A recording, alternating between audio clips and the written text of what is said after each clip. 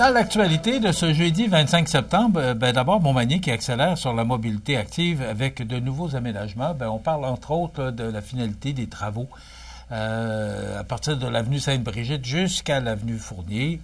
C'est majeur comme travaux. Je ne sais pas si vous avez remarqué aussi du côté de Motel Centre-Ville, là, autrefois Motel Wigwam, là, ce qu'on est en train de faire, les travaux d'aménagement là, sur stationnement. C'est vraiment magnifique.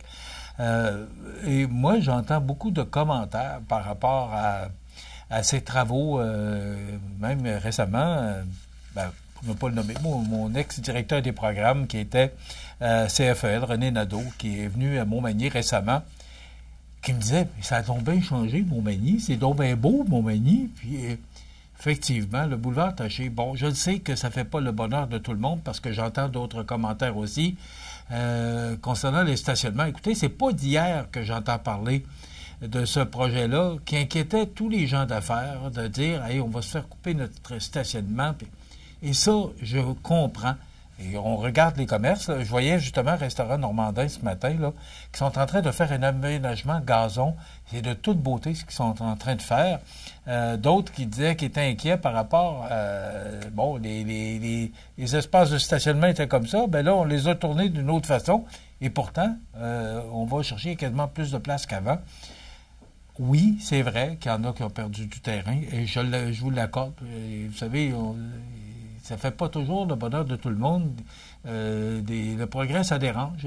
Ça peut déranger dans les deux sens. Et je comprends les gens qui ont perdu des espaces de stationnement, comme je regarde le restaurant La Fontaine, là, alors que ça allait jusqu'au bord du chemin. Puis là, il y a une bande de gazon. Il y a une bande de gazon, puis la piste cyclable. Mais aussi, moi, ce que j'avais entendu parler, c'est que tout le monde, bon, comme il n'y avait pas il n'y avait rien, il n'y avait pas de barrière, tout le monde sortait de partout. Et ça, c'était dangereux. Et ça, c'est un point que j'avais entendu parler dans le temps. Pourquoi on voulait effectuer ces travaux-là? C'est que c'était dangereux. Maintenant, c'est qu'il y a des gens qui sortent aux endroits indiqués. Ils n'ont pas le choix. Ils ne peuvent pas passer par-dessus la piste cyclable. Là. Alors, aussi au niveau sécuritaire. Mais pour les gens, maintenant, on peut partir de jusque du pont Blanche, même plus loin. Ça va jusque... Je pense que ça va jusque chez Tapis Montmagny, je pense. Là. Donc, chez Tapis Montmagny, aller jusque chez BMR. Alors, les gens peuvent utiliser la piste cyclable, les trottoirs, et ça en toute sécurité. Et même, pourquoi pas, aller magasiner, parce qu'il y a beaucoup de commerces là, sur le boulevard Taché. Donc, on parle du circuit des Trois Ponts que j'ai utilisé cette semaine. Il mouillait passablement, je me suis fait prendre par la pluie. Mais c'est tellement beau ce qu'on voit avec le circuit des Trois Ponts, qui est illuminé aussi en soirée. Souvenez-vous que dans le temps, c'était des stationnements. Là, en avant, autrefois, du Bûcheron, qu'on appelle maintenant la place Le Bûcheron. Là. C'est vraiment magnifique ce qu'on a réussi à faire. Puis bravo à ceux qui l'ont réalisé, ceux et celles, devrais-je dire. Mais c'est sûr que ça ne fait pas le bonheur de tout le monde parce qu'il y en a qui ont perdu des places de stationnement ou encore du terrain, je le comprends. Mais ça jette un beau coup d'œil à notre entrée à Montmagny. Je ne sais pas si vous avez remarqué, l'entrée, lorsqu'on rentre par le chemin des Poiriers, c'est vraiment magnifique. Le chemin des Poiriers qu'on vient d'asphalter d'ailleurs, là, c'est nouvellement fait. Et là, tous les arbres et les bouquets de fleurs, c'est vraiment beau quand on entre. Puis on voit les nouveaux logements là, qu'on vient de construire, qui sont neufs, là, et aussi l'hôtel Loiselière.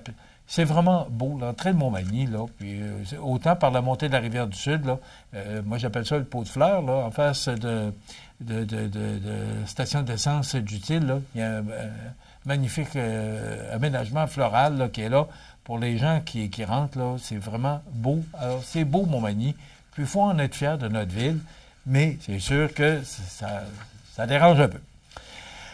Samedi dernier avait lieu à Notre-Dame-du-Rosaire l'événement, la 9e édition de la course aux couleurs du Sud. Vous avez vu Mme Lisanne Tanguay qui nous a parlé. J'y ai parlé justement hier, à savoir, c'est un succès. Il demandait 375 coureurs. Ils ont obtenu 375 coureurs, mais ce sont les argents qui sont allés chercher. Alors, on devrait avoir un communiqué de presse dans le courant de la semaine prochaine qui va nous donner exactement le montant récolté et à qui ce sera distribué. Donc, une belle initiative, comité organisateur. Ça se passe sur le terrain de balle de Notre-Dame-du-Rosaire, dont on voit les images actuellement, là.